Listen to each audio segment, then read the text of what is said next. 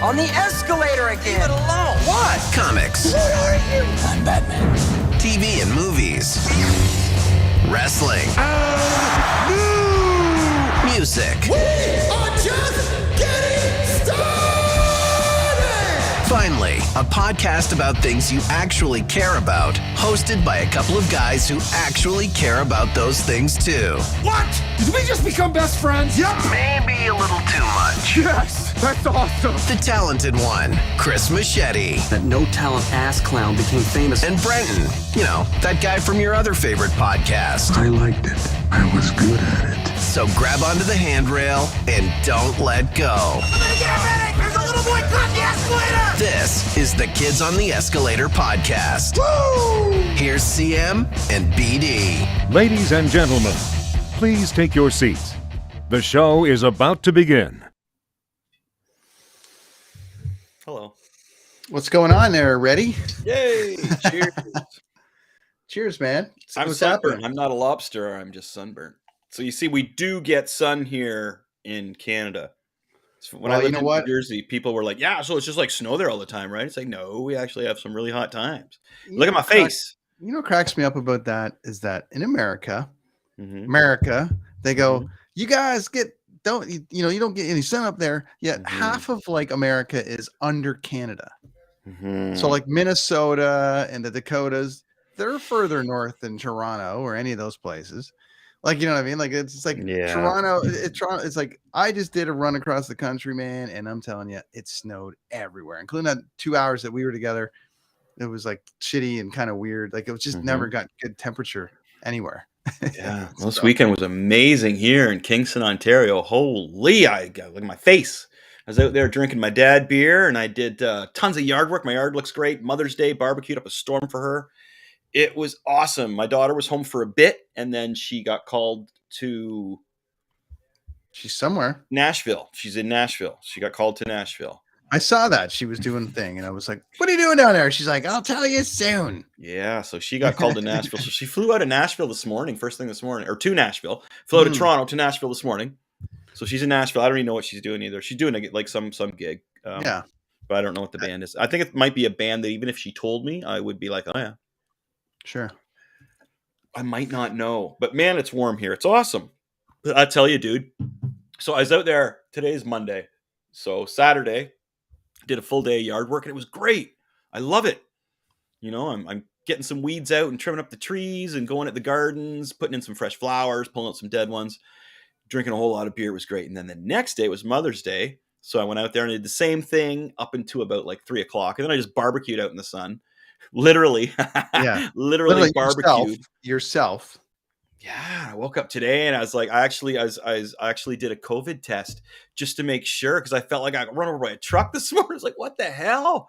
So I did a COVID test just to make sure because, you know, that's a good thing to do with if you want to be a member of society. So I did my COVID test and I'm not COVID active. I'm just sunburnt. And yeah, we get sun in Canada. You're just sunburnt and you've been playing all the hockey. So your body's going, what are you doing to me?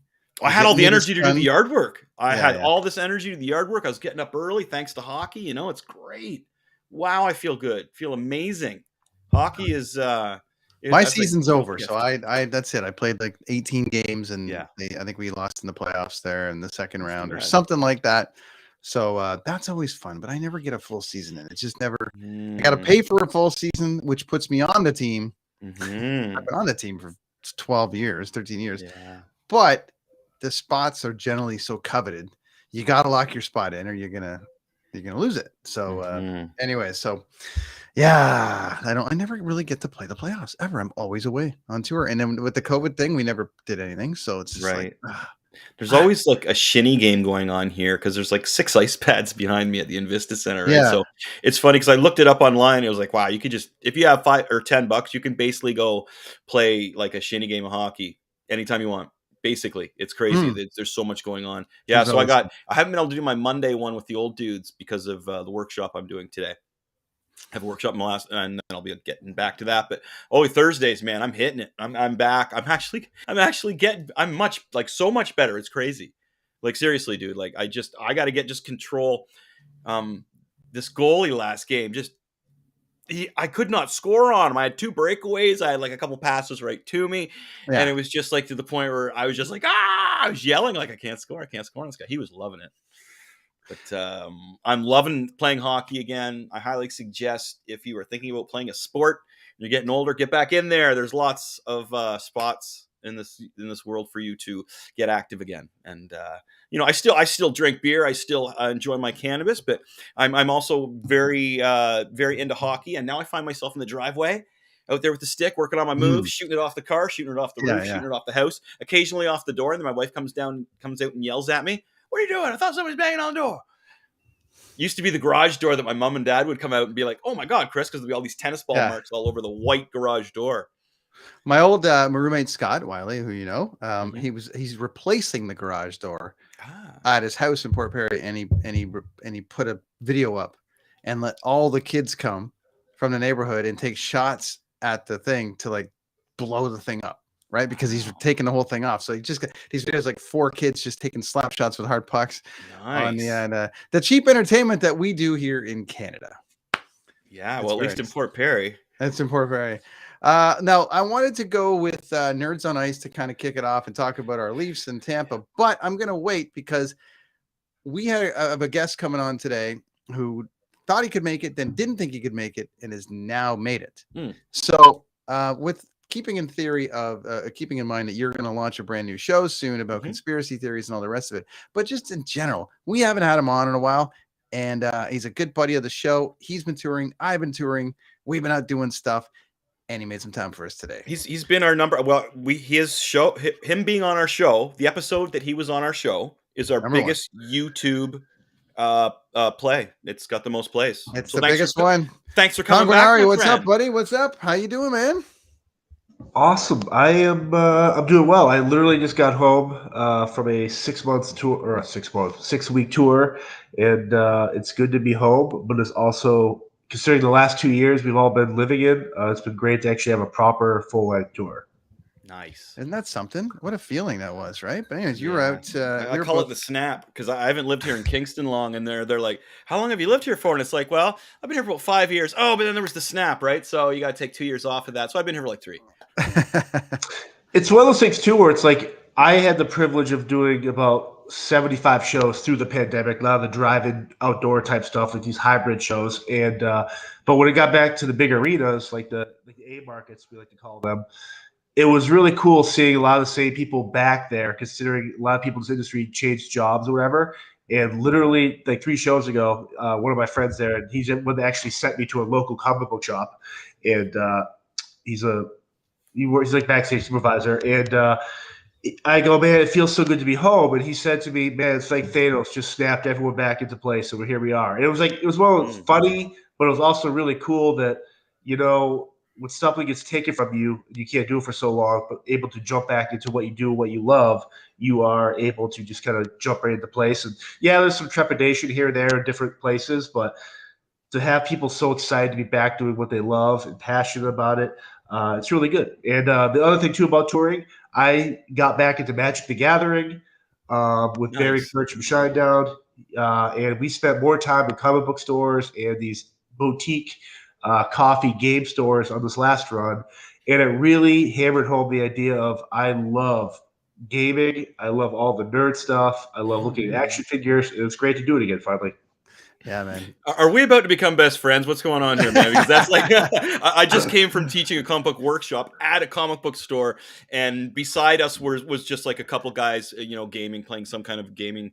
They had a card game going on, and my kids that I was teaching were we take a break, and then go, "Well, who's winning, guys?" And like, "Well, we're not sure if there's a winner right yet." They'd explain it to the kids what was going on. But what a great atmosphere, my friend. That is, it is a great spot to go to and chat with people. It's an awesome spot. It's one of those things too, where it's like if you looked at Barry from Shinedown, you would be like, these people do not play. Well, maybe Barry, because he looks like a cast member from Lord of the Rings, maybe with his hair. But you look at someone like me, it's like, man, there's no way this person has no idea what a mana pool is. He has no idea what these dice do, like all these different classes and all this.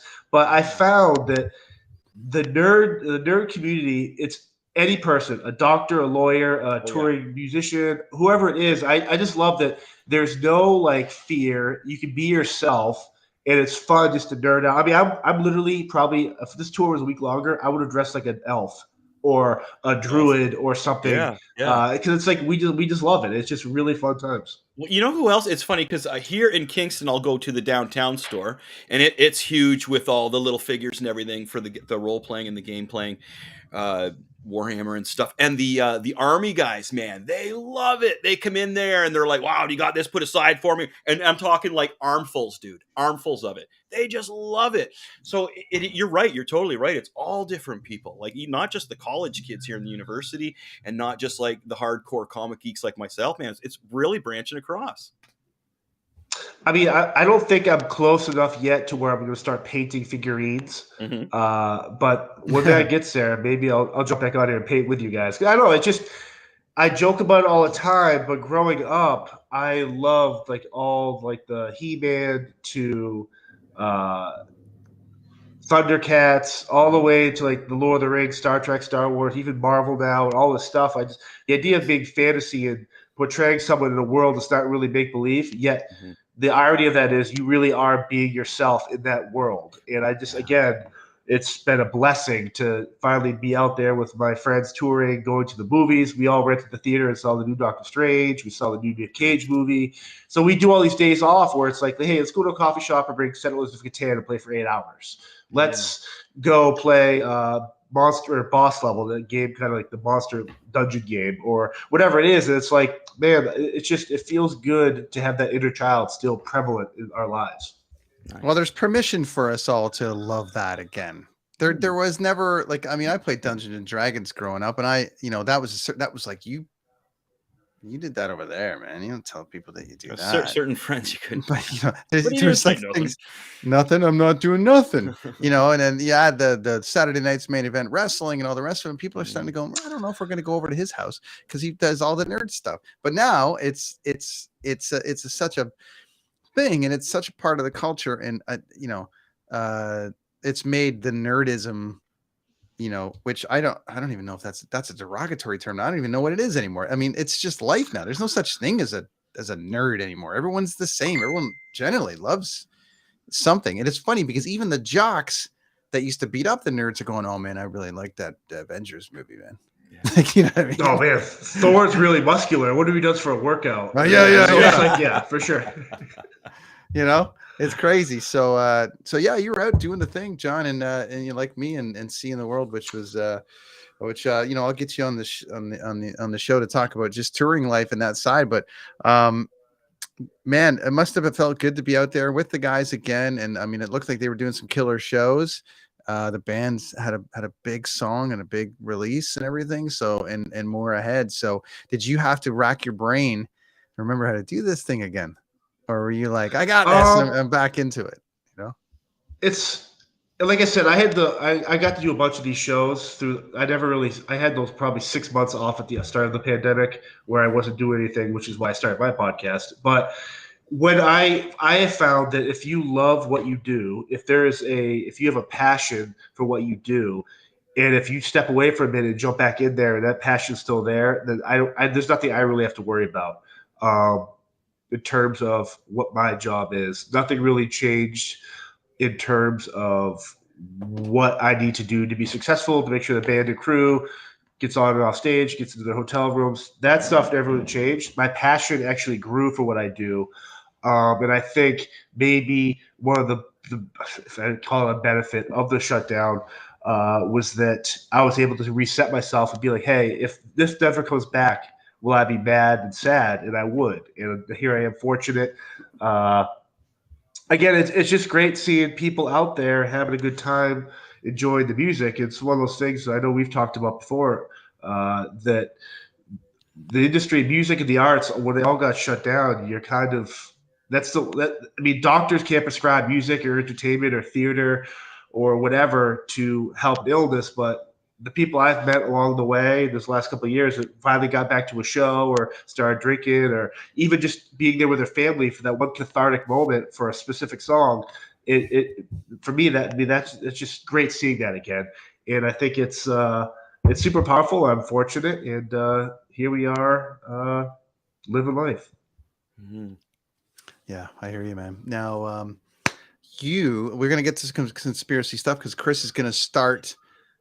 Chris is gonna start the a brand new conspiracy theory show that we'll get into. Which Cult of Machete True Believers Club, I believe it's going to be. That's right. It's Cult of Machete. The Cult of Machete. There is so much.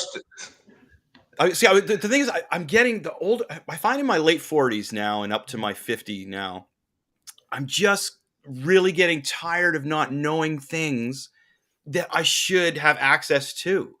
And also lately, the one that's really sparked me lately was now these scientists going to Egypt and to the different pyramids in different places and butting heads with the archaeologists. And I'm really enjoying that. I'm finding that we may be close to actually getting some answers, hopefully.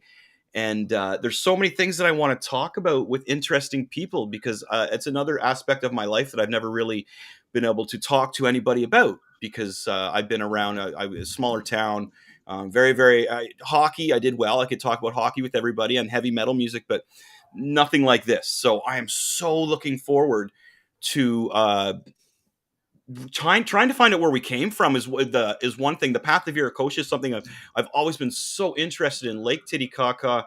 I'm going to start with the moon, though. I think we're going to start with the moon, my friend. Yeah, I mean, dramatic pause. Well, yeah, right. Dramatic pause, John. Did we ever land on the moon? Did we ever land on the moon? It's to your point. The idea of so take the moon for example. Mm-hmm. The fact that there's people out there that think that it was staged or it's not real or the moon is hollow. Or when they look at the footprints or the American flag not blowing in the wind when it's got put on there or all this stuff, it's easy for us to just brush off, be like, oh, who cares? They're stupid. They're crazy people, whatever. But I've got to the point in my life now where it's like, I might think that, but why are they asking those questions? How come they got to the point where they can ask that question or are curious about that? Maybe I'm not looking at the full picture. And I think the moon, I mean, you could do a whole week on episodes just with the whole Stanley Kubrick and The Shining and all the stuff tied to the moon landing. My favorite movie, my favorite movie. And there's a great documentary based on The Shining that ties into his subliminal messaging to the moon landing and whether or not he was hired by the government to stage the moon landing. I can't think of the name of the I think it's a room number, I think, for the documentary. Room 237? There's just so much stuff out there for the moon. And the latest thing that everyone's talking about, like these food shortages, these plants going down all across the country and all these fires and warehouses going down. And when I first started seeing it, like, oh, people like, oh, they're burning down these warehouses. They're trying to create this need for provisions and they're trying to create a food shortage and supply shortage. And then I hear that, I see it, and I'm like, man, these people are crazy. But then you start every other day, there's a fire. If you just scroll through any news site or whatever it is, I don't care what side you're on, just find a fire is lit, a warehouse goes down. Just yesterday, a huge warehouse distribution center in Walmart, and I think the South just went up in flames, which feeds like 4 other states. Wow. And you're kind of like, is this a conspiracy theory or is this just sheer coincidence? And so stuff like that's always happening. It's the whole thing is just crazy. I mean, you got the JFK, you got Bigfoot, you got every government entity that's ever happened, any event that's ever happened, you can question whether you should or you can't. But I love the idea that you're putting yourself out there to actually learn about this stuff. And you're not here. This isn't about picking sides. It's about, I want to understand why you think this way. Here's why I think this way. And actually, what the hell is going on? Exactly. And like the other day, I'm trying to get Grant Hancock on my podcast because I love the idea of the pre-civilization flood and like all these layers where the water was. Yeah. And he actually had a great appearance on Joe Rogan and another podcast too. But it's people look at him and go, "Man, you're crazy! Like just accept what the science and the archaeologists, these people have told you." Well, what if it isn't that way? And I love the idea that people put themselves out there to think differently. Yeah. Now, there are people out there that think completely wacko, crazy stuff that you're borderline psychotic, and I don't get that drift. But it's okay to question these cool things. And hey, so what if you question it? Doesn't mean we think the Earth is flat or it's not flat. But why do you think the Earth is flat, Kyrie Irving? Please tell me, because I want to know. I want to know, because I don't look at it that way. What are you seeing that's different than me? And I think your podcast would be awesome for that. Well, thanks, man. Thanks. Yeah, I'd like to see what motivates these people. Okay, here's exactly what you said. Like, you nailed it, my friend. That was brilliant. Here's what you think. That's great. Now, what is motivating you to think that way? And you're right. I don't want to judge anybody. I just want to hear these different views, because there is so much out there. Like, just like the moon. The one thing that I was looking at the moon was, I want to look at why. Like, the top 3 reasons why possibly we haven't been back there. Like, was there a warning when we were out there not to go back to the moon? Are we still out there? Are they underground? There's a few things I've researched about that I found super interesting. Super interesting. I like the idea that somebody warned us to stay off of there, just as being a comic book writer, the fact that, hey, the moon's great and everything. By the way, somebody's watching us right now. And then, they get the transmission saying, yeah, you guys are not welcome here again. If you do come back, and there's going to be trouble. We've seen what you've done on your planet. You're using weapons and such, and we're going to keep you on your planet. And we're going to be watching you here from the moon. I love that theory. I think that is fantastic. As a writer, I love that, because I could take that so many places.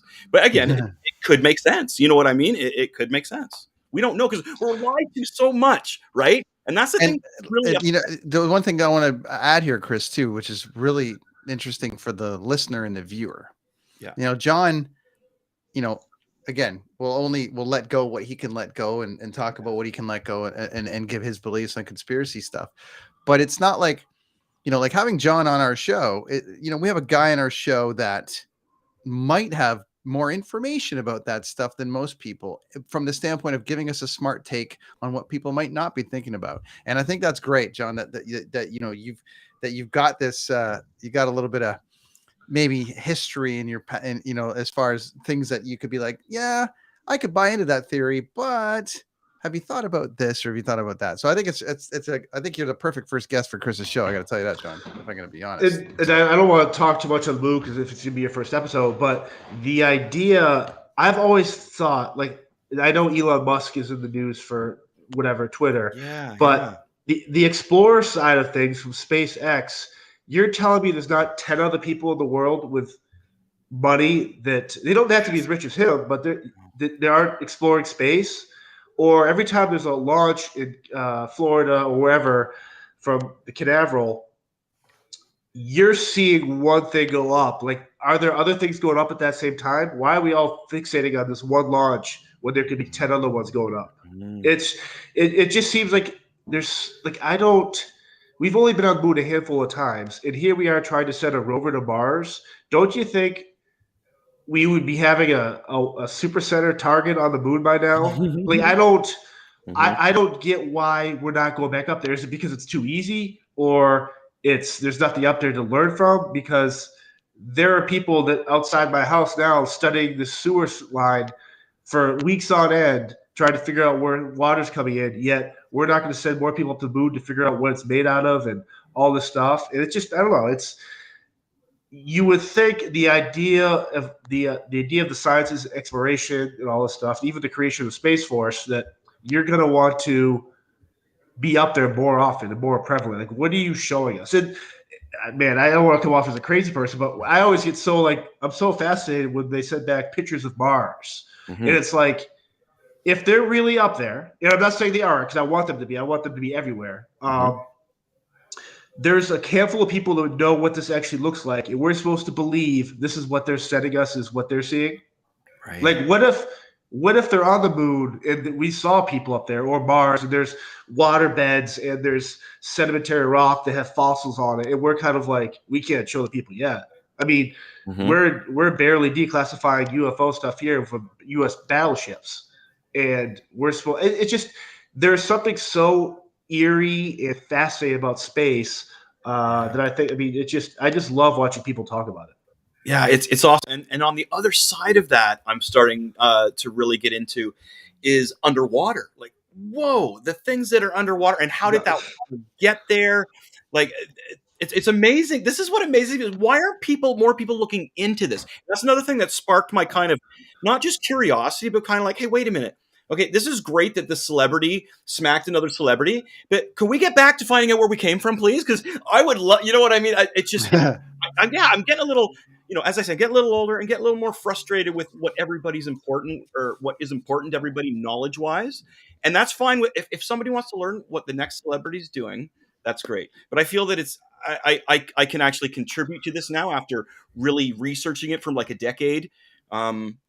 Starting with the whole ancient aliens theory and starting, retelling of everything from a different perspective, just a different perspective on everything, looking at it from a different angle. And then again, that's what is this guy's different angle view on that? And the more I see that and the more I hear it, the more power I think everybody gets. Information, man.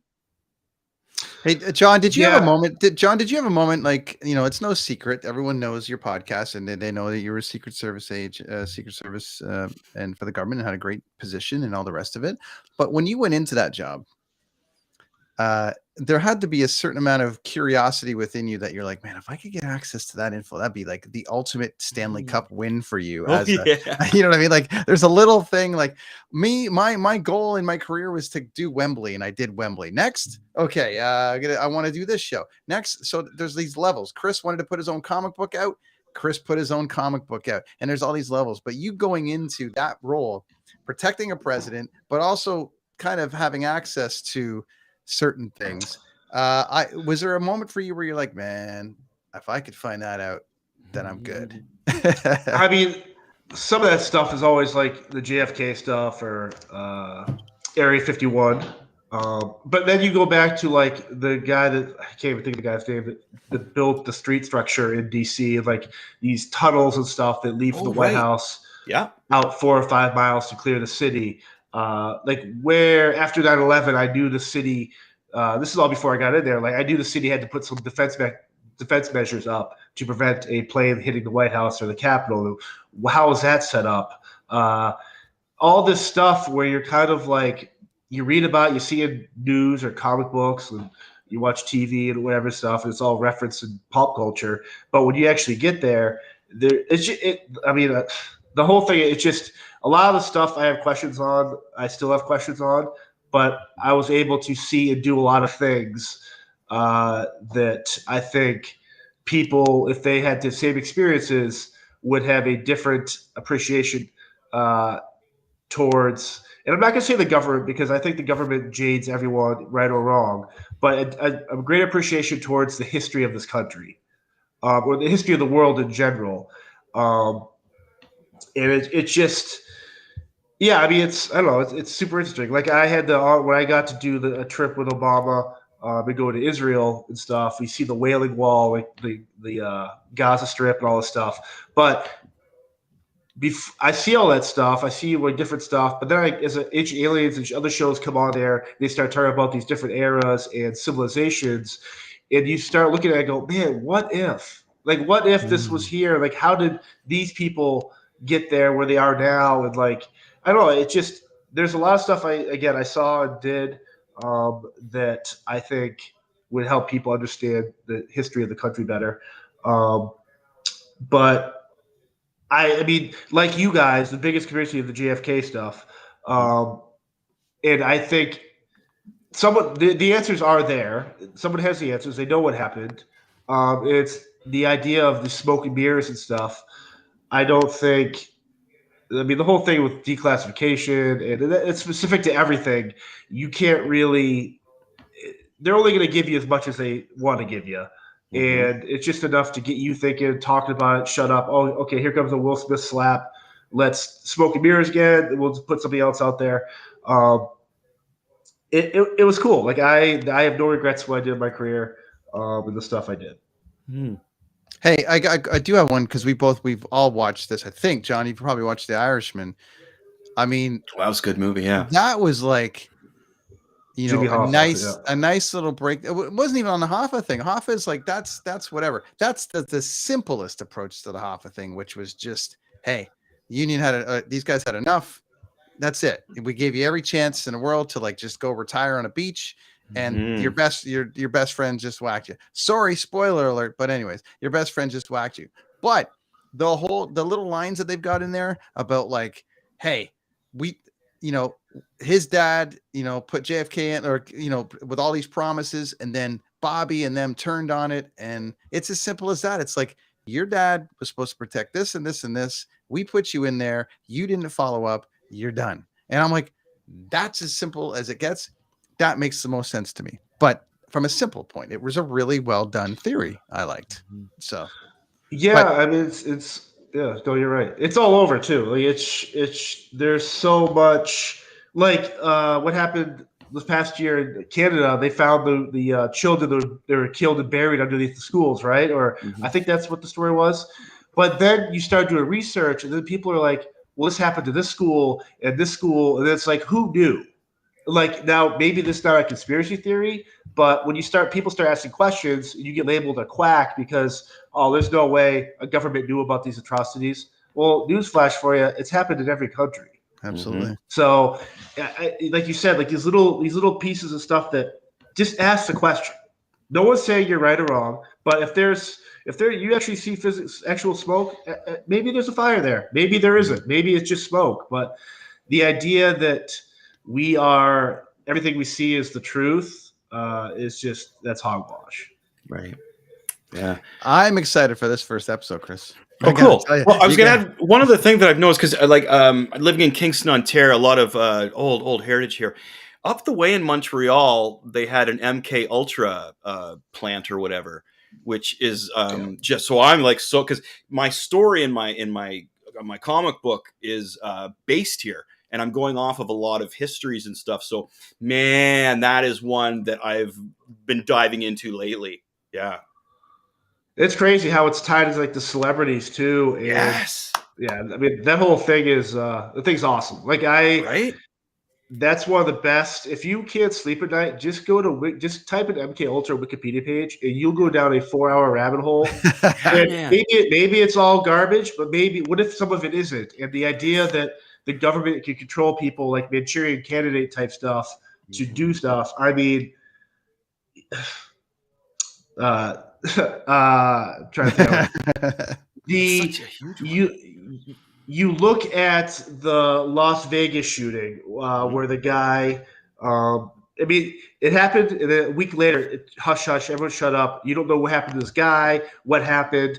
And then the stories start coming out that this guy was just a normal guy, but he was brainwashed or told to do this. He's a perfect patsy for it because he's off his medication. Or the kid from Sandy Hook, they said that he was told he was off his meds. And they find these people that, and I'm not saying maybe they did do it. I just find that when something happens and it gets covered up a week later or 2 weeks later, no one's talking about it. Like, I still have friends on that tour, at that show, that still don't have questions answered about stuff they saw, they reported on, that never got released to the public in terms of gunmen, what type of fire was, what type of ammunitions. And it's like, why is that? Like, why can't we as humans and citizens know what actually happened? Because the 5,000 to 10,000 people there know what happened, but they're not. It's crazy. Like that's the whole other thing too. The whole brainwashing and making someone do something, and the whole thing's awesome.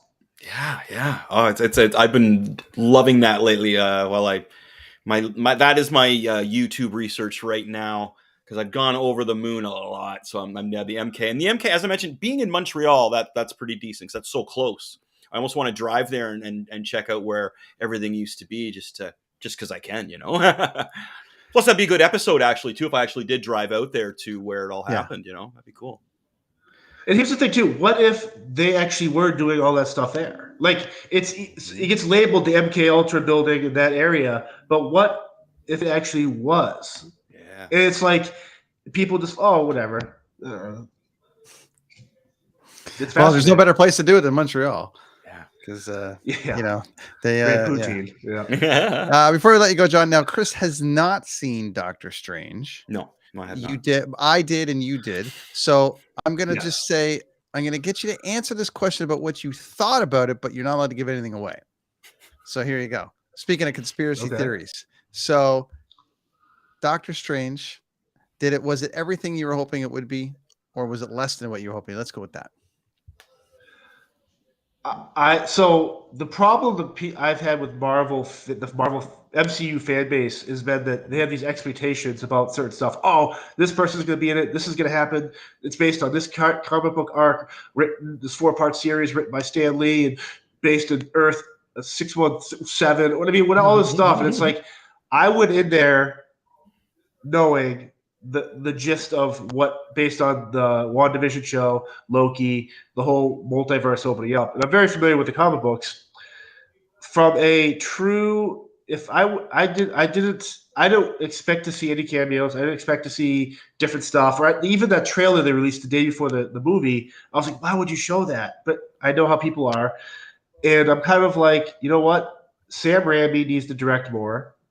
His direction, his horror comedy, his subtle touches back to Evil Dead and all that stuff, masterful. Danny Elfman crushed the soundtrack as he usually does.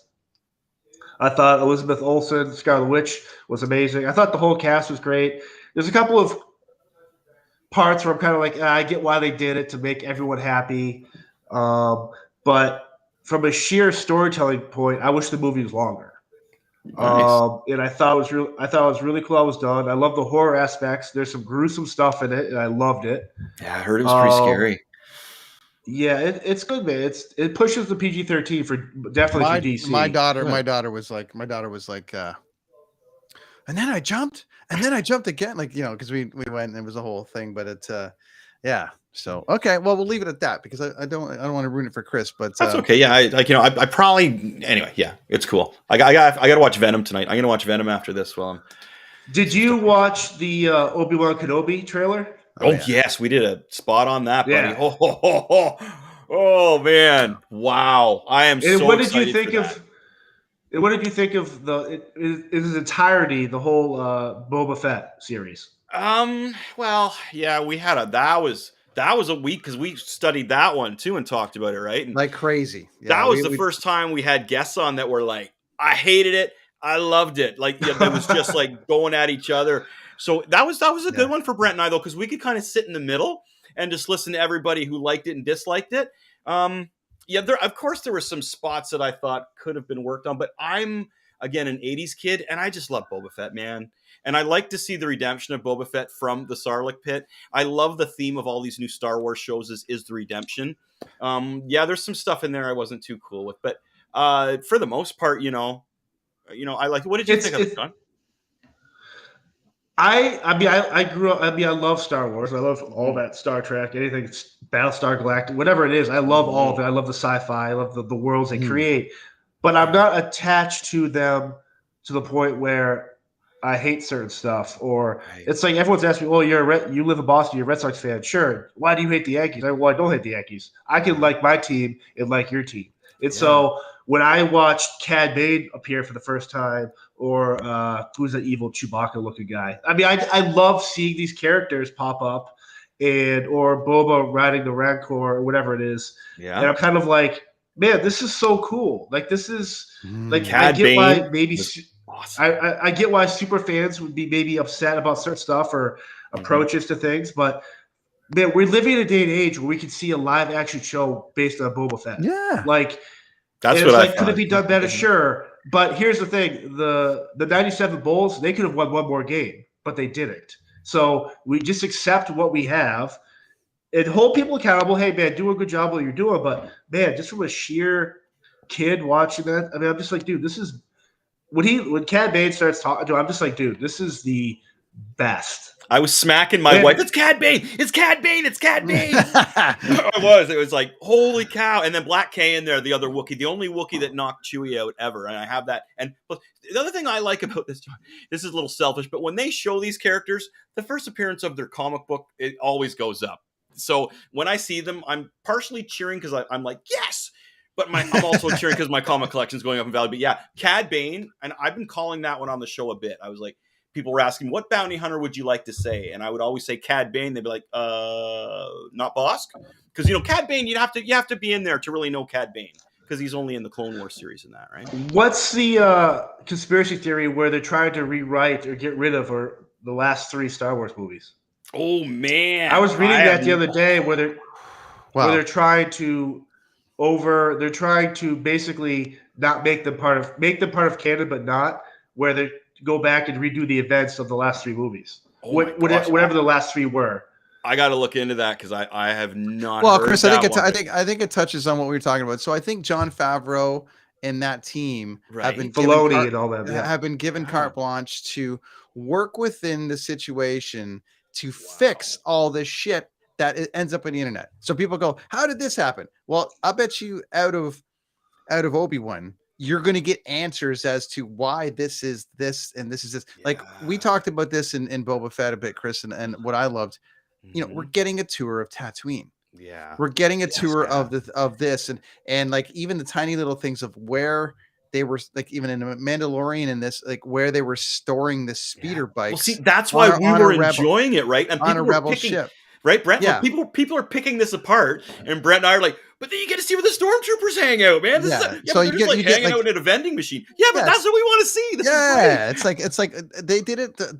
So when Saturday Night Live did it with what's his name as the hidden boss guy. Yeah, the Kylo Ren, and it's like they're all in a they're all in a cafeteria and stuff. So good. So that's what I like. I mean, for me, it's like a playground that's been created for us. And even though they say Star Wars Land at Disney is for the kids, there's no way it's for the kids. It's for us because we get a playground now. It's for the dads that don't want to be at Disney or the moms that are like, I hate Disney.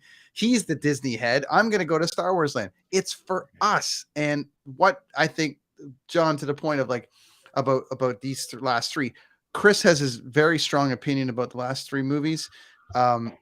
I didn't share that at first, but have come around to it. Not because we're co-hosts on a show together, but it makes a little bit more sense. Well, I like the first one. The second one, I think it was how as soon as Luke Skywalker threw that lightsaber away, it was like, oh, where's this going? Because where's my hero? Where's my Luke Skywalker? I've been waiting decades to see this guy, and basically I felt that they pissed all over my hero Luke Skywalker, and I was really upset about that. And I think that Favreau and Filoni have been given carte blanche to fix all that. So I think you're going to see like everything they do now will be about trying to make sense of those last 3, but making them good for us. Yeah. Because if they are going to go to 10, 11, and 12, which we hear they're going to do, I mean, that's the opportunity to wrap it up and just have that sort of be like the new Hobbit series.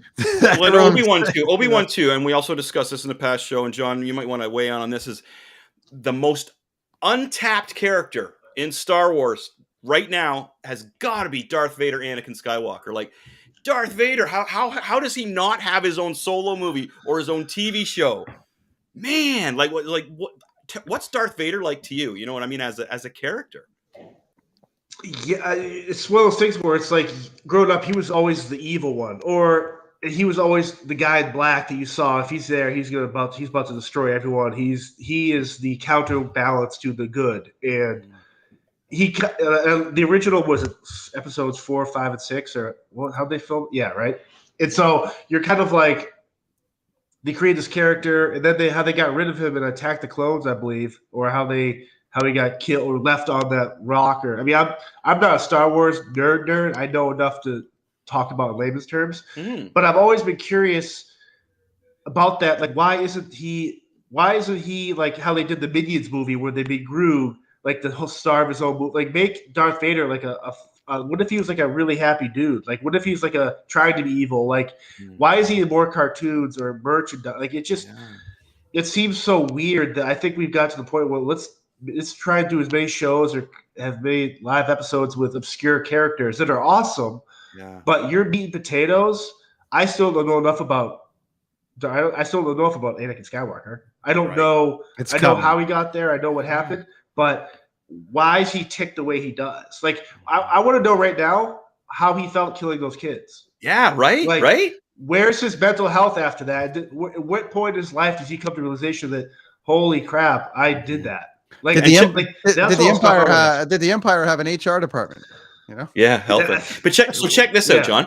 So Marvel Comics is doing solo Darth Vader comic books that go in between A New Hope and Empire, and in between Empire and Return of the Jedi, and they're going to be canon. So what we see right after the Death Star explodes is Palpatine taking it all out on Darth Vader / Anakin, because he's just fresh Darth Vader right after A New Hope, right? So what the comic book does is really focuses on the mind games that Emperor plays with Vader, and Vader thinking like, man, maybe I should just like take him out. Like maybe, and so the Palpatine always has somebody in waiting to take Vader down. In the comic book, it's like Vader will take off on a mission, and Palpatine's like, yeah, go follow him. If he screws up and he's weak, kill him. And it's amazing. There's one part in the comic book where Palpatine strips Vader of all his techie stuff and sends him to a planet and says, prove to me that you can survive, that you're still a powerful Sith. So he's down there with no lightsaber, nothing. So this is and the stories are amazing, buddy. They're great. So if they can get even a shred of this into the TV show, man, I am so Chris, stoked. I think they're going to do that. I think that's how they're going to start. Yeah, because I think that's how they're going to. He seems like the hero. No, I think that's how they're going to start the Darth Vader series out of Obi-Wan. I think you're gonna see the Death Star blow up, the whole thing, and then it's gonna cut to him stripping all the shit off and sending him to a thing and saying, "We'll see you when we see you." That would be great. I think that'd be awesome. Do you think there's any chance they could portray, like, who says he was bad this whole time? Well, like, what if they do it from his point of view, where it's like, man, all of his actions, again, we see all the movie stuff, but this show could go in there and be like, this is why he actually did this, and you're like, well, shit, I would have done the same thing as a father or as a son or whatever. And like, I get it now. Now I get why he killed those kids, or I get why he did this. It's like you start having this redemption arc for a truly vile character. Yes, you make him the hero, right? That maybe he wasn't vile this whole time. Maybe he was just misunderstood. Such untapped, like that. That's what we were discussing, trying to find the most, because everybody's like, oh, well, everything's been done in this and that. It's like, no, man, Darth Vader hasn't even been touched yet. And in the comic book, it's great because he is the hero and Palpatine's the villain. And Palpatine treats Vader so bad, dude. Like, I felt so bad. Like, so I bought the Vader comic, and this was a few years ago when it first came out. And I bought, okay, Darth Vader comic book, cool. And I'm halfway through, and I'm feeling for Vader. And he goes to places like he sends Boba Fett to find out who that pilot was in the Millennium Falcon, or in the X-wing. He sends Boba Fett. He says, go, and Palpatine's not supposed to know, but he does know that he's trying to find young Skywalker. And he says to Vader, he says, so, Palpatine, like, so, hey, Vader, you going to find him? Vader's like, oh, no, sir, no, I'm worshiping you, And meanwhile, Palpatine's like, son of a bitch, just lied to me. Follow him. So the Crimson Dawn is just waiting to take down Vader, who is in this Obi-Wan series coming up too. So yeah, John, I'm really stoked for that, because his character is so untapped and so many layers, so deep. I love it. Yeah, John, thanks for joining us this week, buddy. It's awesome, man. It's great to see you on short notice, but really awesome that you come here. Appreciate and we'll get you more information when Chris is going to launch, but it's not far away. Oh no, soon. And tell us what's going on with you, where everybody can find you, and all this killer merch you just got out. Yes, please. Yeah, so I have hosted other podcast called Spear Talk. It's on the Dean Blundell Network. Basically, I host, or I interview guests of various backgrounds every week, either from archaeologists to authors to professional wrestlers to military guys to martial artists to conservationists. We just have an hour-long conversation about life and our lives and how everything's shaped around it. And that's streaming all over. And I have a YouTube channel that's we just passed 14,000 subscribers. Nice, congratulations. Yeah, man, it's awesome. And we just launched new merch. I had Tim Jacobus, the illustrator, basically the cover artist for Goosebumps, design a poster for me. Nice. New merch out there. Yeah, so everything is going really well, and it's just really cool that, again, like we talked at the start of the show. Mm-hmm.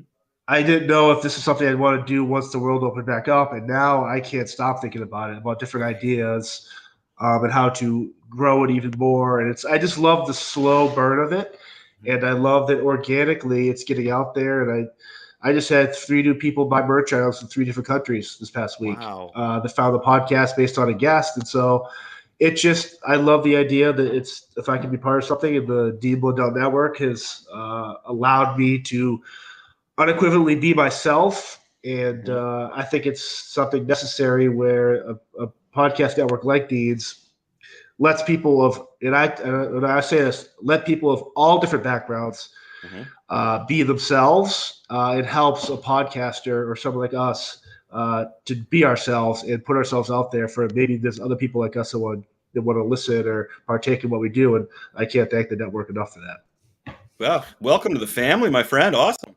Very, very cool. We love having you on there, buddy, and we love you making time for us and the show all the time.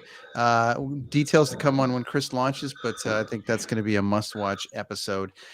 Tune into John Spear Talk podcast, awesome. Go check him out on YouTube. All the rest of it, you can find everything on Dean Blundell Network with us.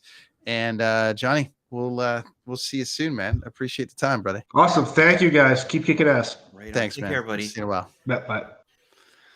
Nice. Fun stuff, man. He's a rad dude. I love talking about Yeah. that stuff, and he does too. I could listen to people talk about their views on conspiracy theories all day long, man. I just love it. I love it. Yeah, and John's, and kudos to the growth on his show has just exploded. It's got to be Good for him. the fastest growing show or biggest explosion of a show on the network. Our most viewed video is the one that has him in it. Yeah, absolutely. So it's really, really great. And anyways, I'm super stoked that he's going to come on with you for your launch of your show, which I think we're only a couple of weeks away from getting up and running. So that's great. Oh yeah. Yep. So it's been really busy here. We're ready to go. We'll do that. We've only got a couple of minutes left. Yeah, let's talk about the Leafs and how the coach screwed up that. What? Okay, so do you want to play the little graphic, or is that? Well, sure. You know what? Let's do this. There is something floating around from Sheldon Creeve about his. He was asked a question by a reporter in Toronto, which everyone hates, but regardless, he asked the question about why he would start a game with your quote unquote worst defenseman. Maybe tune up your stuff here a little bit.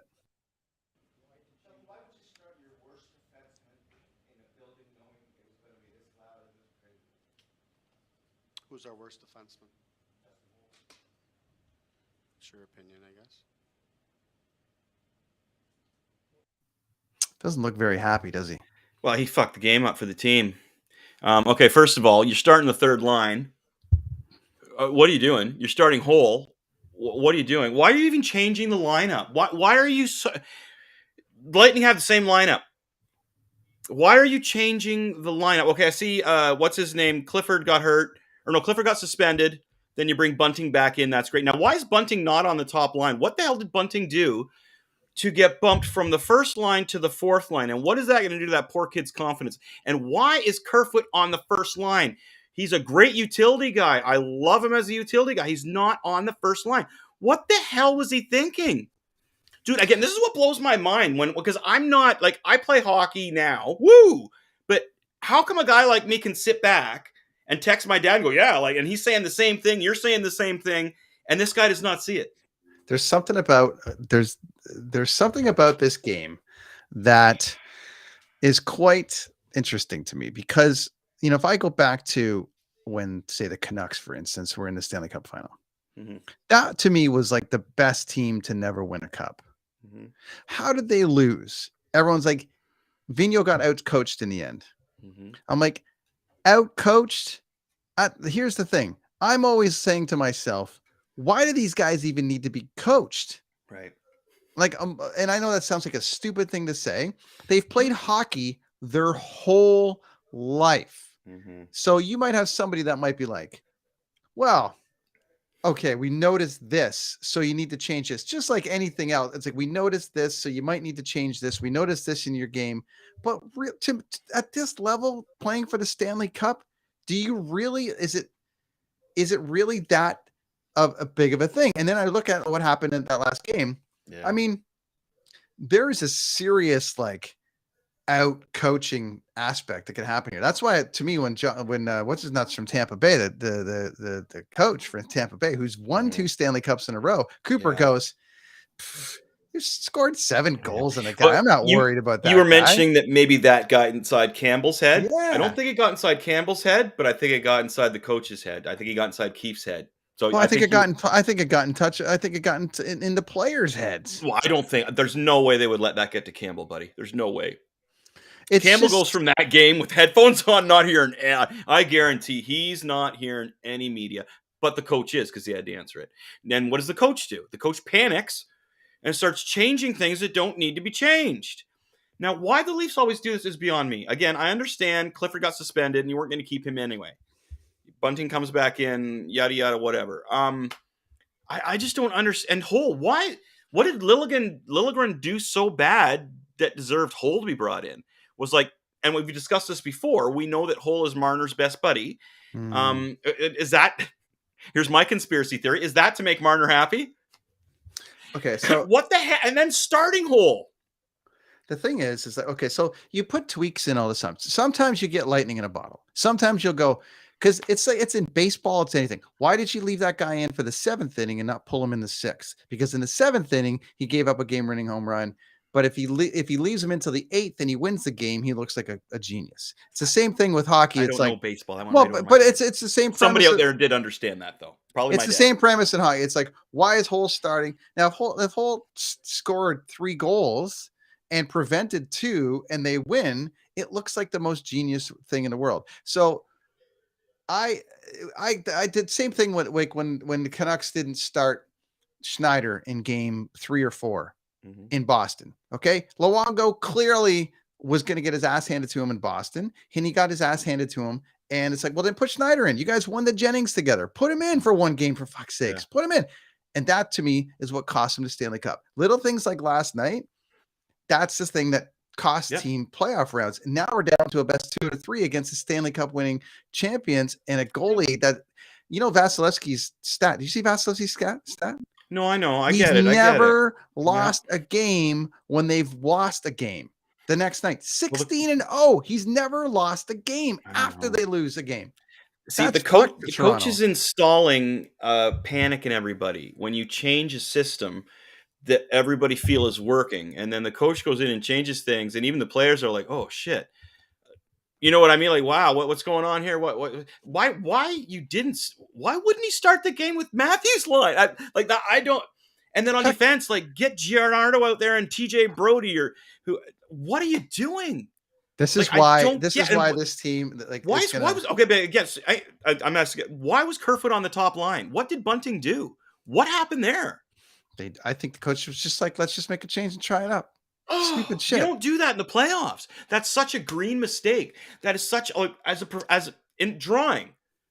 All right, I know how to draw a picture. This is how I do it. I got a plan. You know what I'm going to throw in this picture, Brent? A nice little butterfly in the corner. That might make this picture of hell better. You're right. No, I'm just saying, right? Like, to look me, at like that's how my brain works. With not look with the what baseball. They're up against right now, Chris. Let's say Tampa wins tomorrow night. Well, now it's too late. This is after he's just. Let's say Tampa wins. Let's say Tampa wins tomorrow night. Yeah. And then Toronto comes back and wins game 6. Right. Keeping with Vasilevsky's stats, that means he's not going to lose game 7 because he's never lost a game after he loses. I'm just saying, if you're going with the stats. So if you go the other way, Toronto wins tomorrow night, right? That means Vasilevsky's not going to lose game 6, which means you go to game 7 against the Stanley Cup champions and a hotter goalie than Campbell. I'm telling you. Well, he's a hotter goalie. Any scenario, no stats. They needed to win that game. Well, they did. And they needed to win that game. And to go out like that, I mean, they're really in tough shape, man. And if they lose this first round series, man, that city's going to burn to the ground. And Keith will be gone. Everyone's got to go. Everyone's got to go. Dude, the Lightning have not changed a thing. Right? Why would they? Cooper knows what to do. He knows what I'm saying, like, Sheldon, Keith would have sat Maroon and possibly Corey Perry. He didn't. He kept him in the game. Dude, he got a goal. They both did. Corey got 2 and Maroon got 1. Now, what did he do to his fourth line?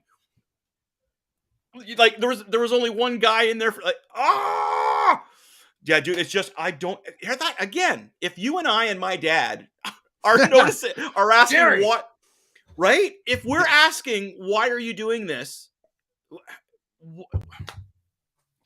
Dude, I'm with you.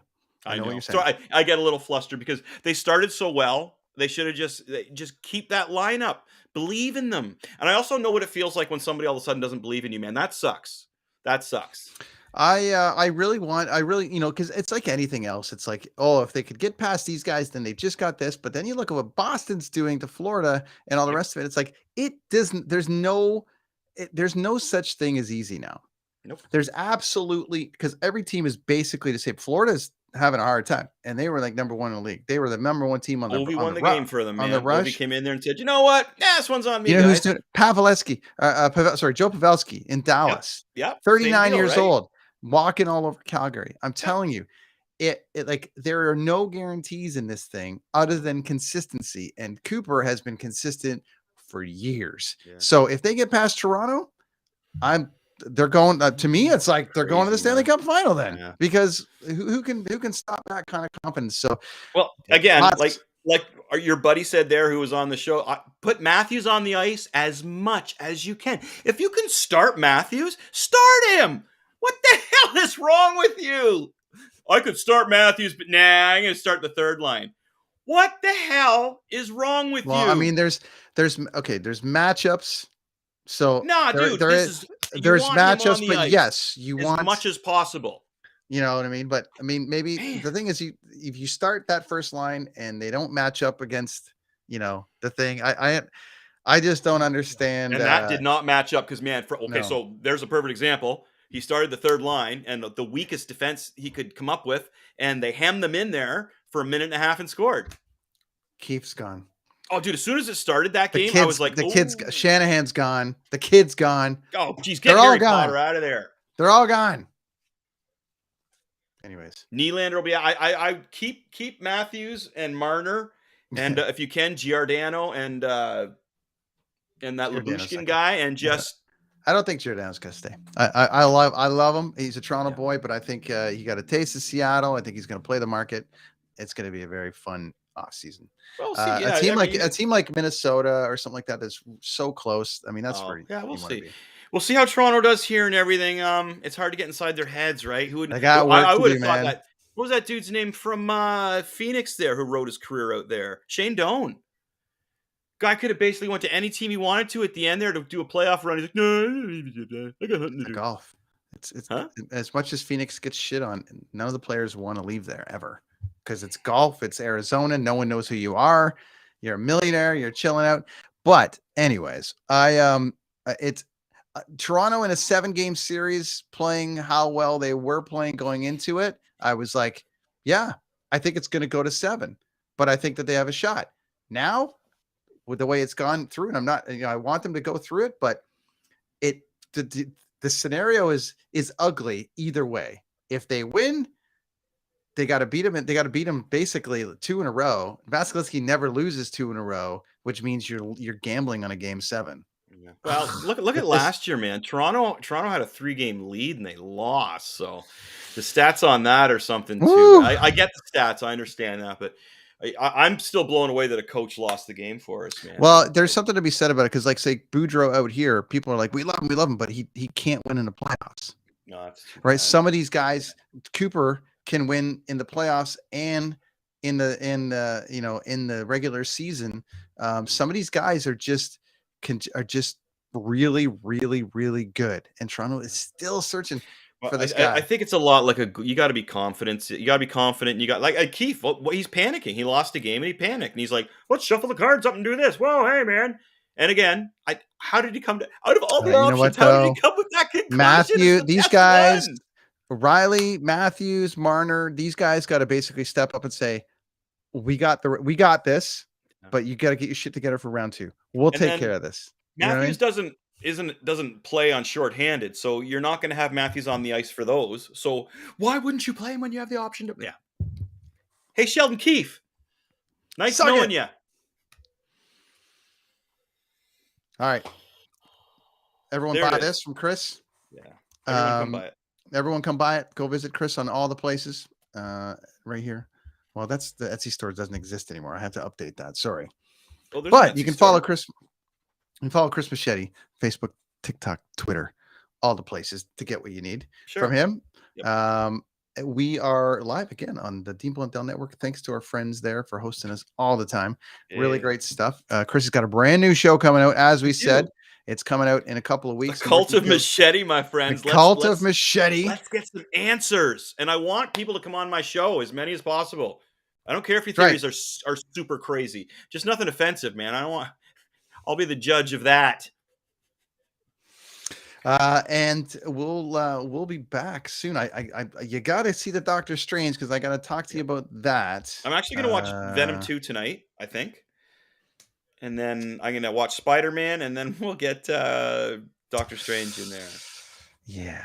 I've been so busy, and it's good, man. Like I say, I've converted from music school owner to a comic book art owner, and it's great.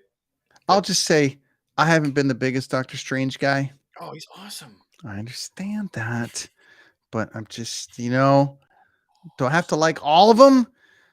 This took me on a bit of a journey. Kids loved it. Got scared.